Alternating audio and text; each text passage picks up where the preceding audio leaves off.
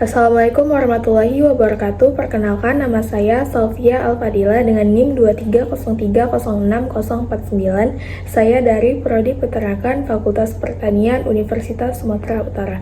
Pada video kali ini saya akan menjelaskan tentang metabolisme karbohidrat dari mata kuliah biokimia dengan dosen pengampu Ibu Insinyur Penny Patriani SPT MP IPM ASEAN. Metabolisme karbohidrat.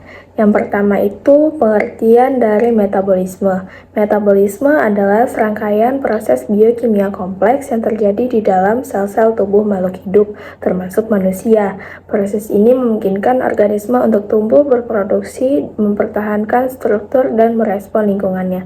Secara sederhana, metabolisme dapat diartikan sebagai proses mengubah makanan dan minuman menjadi energi. Energi inilah yang kemudian menjadi bahan bakar tubuh untuk melakukan segala aktivitasnya. Kemudian metabolisme terdiri dari dua proses, yaitu anabolisme dan katabolisme. Anabolisme adalah proses pembangunan molekul kompleks dari molekul yang lebih sederhana. Contohnya anabolisme protein dari asam amino. Yang kedua ada katabolisme, yaitu proses pemecahan molekul kompleks menjadi molekul yang lebih sederhana. Contohnya katabolisme glukosa menjadi pirufat. Kedua proses ini saling berkaitan dan berkelanjutan. Anabolisme membutuhkan energi dari katabolisme, sedangkan katabolisme menghasilkan bahan baku untuk anabolisme.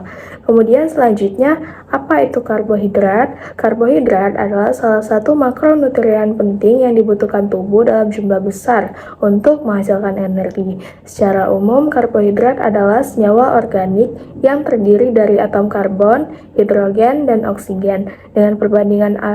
Dengan perbandingan hidrogen dan oksigennya 2:1 dan rumus empiris CnH2nOn. Kemudian, fungsi utama karbohidrat bagi tubuh yaitu yang pertama ada sebagai sumber utama energi, yang kedua itu membantu pencernaan, ketiga ada menjaga berat badan, yang keempat yaitu meningkatkan fungsi otak, dan yang kelima yaitu membangun dan memelihara jaringan tubuh. Jenis karbohidrat yaitu ada karbohidrat sederhana, karbohidrat kompleks, dan serat. Karbohidrat bersumber bisa berasal dari biji-bijian, sayuran, buah-buahan, kacang-kacangan, serta produk susu. Kemudian faktor yang mempengaruhi metabolisme yaitu ada usia, jenis kelamin, massa otot, aktivitas fisik, dan juga hormon serta gen. Lalu, apa itu proses metabolisme karbohidrat? Metabolisme karbohidrat adalah rangkaian proses biokimia yang terjadi di dalam tubuh untuk mengubah karbohidrat menjadi energi. Karbohidrat merupakan salah satu makronutrien penting yang dibutuhkan tubuh dalam jumlah besar untuk menghasilkan energi. Proses dari metabolisme karbohidrat itu yang pertama ada pencernaan dan absorpsi, yaitu karbohidrat dipecah menjadi monosakarida oleh enzim pencernaan di saluran pencernaan, dan monosakarida diserap ke dalam aliran darah melalui dinding usus halus. Pencernaan karbohidrat yang pertama itu contohnya di mulut, yaitu di mulut terdapat enzim amilase saliva atau petialin yang mulai memecah pati menjadi maltosa dan dextrin. Yang kedua itu lambung, yaitu asam lambung, menonaktifkan amilase saliva dan menghentikan pencernaan karbohidrat sementara. Selanjutnya masuk ke usus halus, yaitu ada amilase pankreas yang melanjutkan pemecahan pati menjadi maltosa dan oligosakarida, dan juga ada enzim brush border yaitu maltase, sukrase, laktase yang memecah disakarida yaitu maltosa, sukrose, dan laktosa tadi menjadi monosakarida, glukosa, fruktosa, dan galaktosa. Kemudian absorpsi karbohidrat yang pertama terjadi di usus halus, yaitu glukosa dan galaktosa yang diserap oleh sel-sel epitel usus melalui kontransporter sodium glukosa atau SGLT1. Kemudian ada fruktosa diserap melalui transporter GLUT5. Dan yang kedua masuk ke aliran darah, yaitu monosakarida masuk ke kapiler darah. Monosakarida masuk ke kapiler darah di villi usus halus dan dibawa ke hati melalui vena porta di vena porta hepatica. Kemudian di hati, monosakarida digunakan sebagai sumber energi atau disimpan sebagai glikogen. Proses ini memastikan bahwa karbohidrat diubah menjadi bentuk yang digunakan oleh tubuh untuk energi dan fungsi lainnya.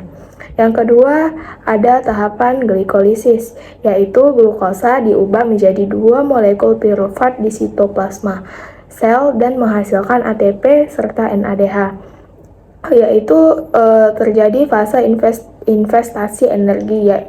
Yang pertama, glukosa menjadi glukosa 6-fosfat atau G6P yang menggunakan enzim heksokinase dan di sini ATP digunakan. Kemudian G6P tadi diubah menjadi F6P atau fruktosa 6-fosfat, yaitu menggunakan enzim fosfoglukoisomerase. Selanjutnya F6P tadi diubah menjadi fruktosa 1,6 bifosfat yaitu atau F16BP menggunakan enzim fosfofruktokinase dan di sini ATP digunakan. Selanjutnya F16BP tadi diubah menjadi dihidrokiaseton fosfat atau DHAP dan gliseraldehida 3-fosfat atau G3P. Di sini menggunakan enzim aldolase dan DHAP diubah menjadi G3P oleh enzim fosfat isomerase. Kemudian masuk ke fase pembayaran energi yaitu G3P diubah menjadi 1,3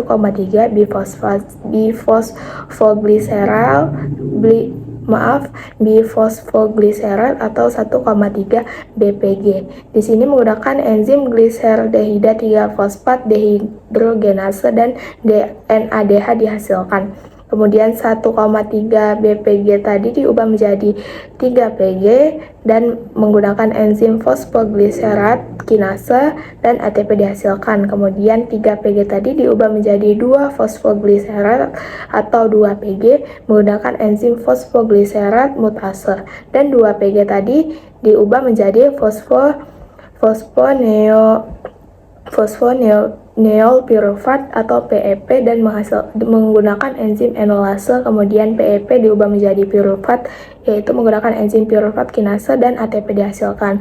Hasil akhir dari glikolisis ini yaitu 2 molekul ATP, 4 ATP dihasilkan, 2 ATP digunakan dan 2 molekul NADH serta 2 molekul pirufat. Proses glikolisis ini terjadi di sitoplasma sel dan tidak memerlukan oksigen atau anaerobik. Kemudian yang ketiga itu ada proses konversi pirufat menjadi asetil CoA. Pirufat diubah menjadi asetil CoA di mitokondria. Kemudian menghasilkan NADH dan CO2. Lokasi dari konversi pirufat ini pada mitokondria. Enzim utamanya yaitu kompleks pirufat dehidrogenase. Proses yang pertama itu ada dekarboksilasi oksidatif, yaitu pirufat 3 karbon diubah menjadi asetil CoA 2 karbon melalui dekarboksilasi, melepas 1 molekul CO2. Yang kedua itu ada proses reduksi NAD. Dalam proses ini NAD+ direduksi menjadi NADH. Kemudian ringkasan dari reaksi ini yaitu pirufat plus NADA+ ditambah koenzim A, kemudian menghasilkan asetil CoA plus CO2 plus NADH. Selanjutnya itu hasil akhir dari reaksi ini yaitu 1 molekul asetil CoA masuk ke siklus Krebs, kemudian ada 1 molekul CO2 dilepas sebagai produk sampingan dan kemudian ada molekul NADH digunakan dalam rantai transport elektron untuk menghasilkan ATP. Yang keempat yaitu ada siklus asam sitrat atau siklus Krebs. Pada proses ini asetil CoA dioksidasi menjadi CO2 di mitokondria dan menghasilkan ATP, NADH, dan FADH2. Prosesnya yaitu yang pertama ada asetilasi, yaitu asetil CoA 2 karbon bergabung dengan oksalosetat 4 karbon untuk membentuk asam sitrat 6 karbon. Yang kedua isomerisasi, yaitu asam sitrat diisomerisasi menjadi isositrat. Dan yang ketiga ada dekarboksilasi oksidatif pertama, yaitu isositrat diubah menjadi alfa ketoglutarat 5 karbon menghasilkan CO2 dan NADH. Kemudian yang keempat ada dekarboksilasi oksidatif kedua, yaitu alfa ketoglukarat diubah menjadi suksinil, KOA 4 karbon menghasilkan CO2 dan NADH. Lanjut yang kelima itu ada proses substrat fosforilasi, yaitu suksinil KOA diubah menjadi suksinat menghasilkan GTP yang dapat dikonvertasi jadi ATP. Dan yang keenam ada oksidasi suksinat, yaitu suksinat diubah menjadi fumarat menghasilkan FADH2.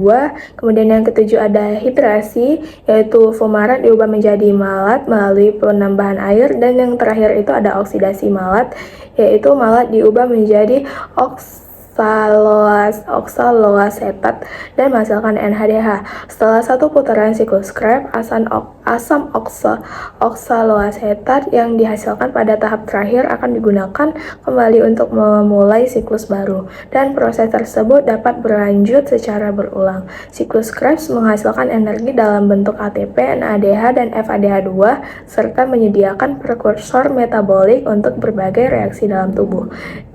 Yang kelima selanjutnya ada proses rantai transport elektron dan fosforilasi oksidatif, yaitu elektron dari NADH dan FADH2 dialirkan melalui rantai transport elektron mitokondria dan menghasilkan ATP dan air. Tahapan ini yang pertama terjadi yaitu ada proses rantai transport elektron NADH dan FADH2 yang dihasilkan dari proses seperti glikolisis, siklus Krebs, dan beta oksidasi asam lemak mentransfer elektron ke kompleks protein di dalam membran dalam mitokondria. Kemudian elektron bergerak melalui serangkaian kompleks protein yang terletak di membran mitokondria, dan energi dari pergerakan elektron digunakan untuk memompa proton dari matriks mitokondria ke ruang antar membran serta menciptakan gradien elektrokimia. Yang kedua ada fosforilasi oksidatif, yaitu proses proton yang dipompa keluar dari matriks mitokondria selama rantai transport elektron menciptakan gradien elektrokimia yang disebut gradien proton. Proton kembali ke matriks melalui protein transport ATP sintase yang memfasilitasi sintesis ATP dari ADP dan PI, yaitu fosfat inorganik. Lanjut ada proses pembentukan ATP ini disebut fosforilasi oksidatif karena energi yang digunakan untuk menghasilkan ATP berasal dari oksidasi NADH dan FADH2 dalam rantai transport elektron. Ya, yang selanjutnya itu yang keenam ada proses glikonesis dan glikogenolisis, yaitu glikogenesis ini menyimpan glukosa sebagai glikogen di hati dan otot, sedangkan glikogenolisis ini penguraian glikogen menjadi glukosa untuk digunakan sebagai energi. Ya, yang pertama proses glikogenesis, yaitu proses pembentukan glikogen dari glukosa terjadi di hati dan otot. Fungsinya menyimpan glukosa sebagai glikogen untuk digunakan saat diperlukan. Tahapan dari glikogenesis ini yang pertama ada pengaktifasian glukosa, yaitu glukosa diubah menjadi glukosa 6-fosfat oleh enzim heksokinase atau glukokinase. Yang kedua ada penambahan residu glukosa, yaitu glukosa 6-fosfat ditransfer ke glikogen primer oleh enzim glikogen sintase. Dan yang ketiga itu ada pemanjangan rantai glikogen, yaitu glikogen sintase menambahkan residu glukosa ke rantai glikogen yang ada. Dan yang keempat ada cabang glikogen, yaitu enzim yang disebut enzim alfa 1,6 glukosidase membentuk cabang dalam rantai glikogen. Yang kedua itu ada glikogenolisis, yaitu proses penguraian glikogen menjadi glukosa terjadi di hati dan otot. Fungsinya membangkitkan glukosa saat kadar glukosa darah rendah. Yang tahapannya yang pertama ada pemecahan cabang, yaitu enzim glikogen fosforilase memecah glikogen menjadi glukosa 1-fosfat dengan melepas glukosa. Yang kedua ada penghapusan cabang, yaitu enzim debranching enzim memindahkan residu 3-4 glukosa dari ujung cabang ke rantai utama. Dan yang ketiga ada pemecahan rantai utama, yaitu glikogen fosforilase terus memecah rantai glikogen utama hingga mencapai 3 residu glukosa terakhir. Glikogenesis ini dan glikogenolysis ini, kedua proses ini memainkan peran penting dalam menjaga keseimbangan kadar glukosa dalam tubuh.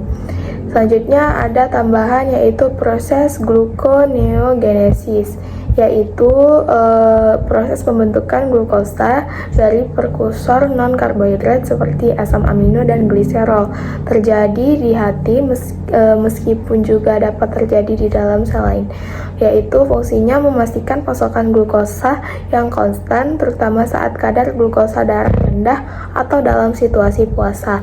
Tahapan dari proses ini yang pertama ada substrat prekursor, yaitu prekursor karbohidrat seperti pirufat, asam amino atau gliserol diubah menjadi senyawa intermediat dalam jalur gluconeogenesis. Yang kedua ada proses konversi ke fosfoenol pirufat yaitu atau PEP, yaitu prekursor diubah menjadi fosfoenol pirufat atau PEP melalui serangkaian reaksi. Kemudian yang ketiga ada konversi BEP menjadi glukosa, yaitu PEP diubah menjadi glukosa melalui serangkaian reaksi termasuk reaksi yang membalikkan langkah-langkah dalam glikolisis.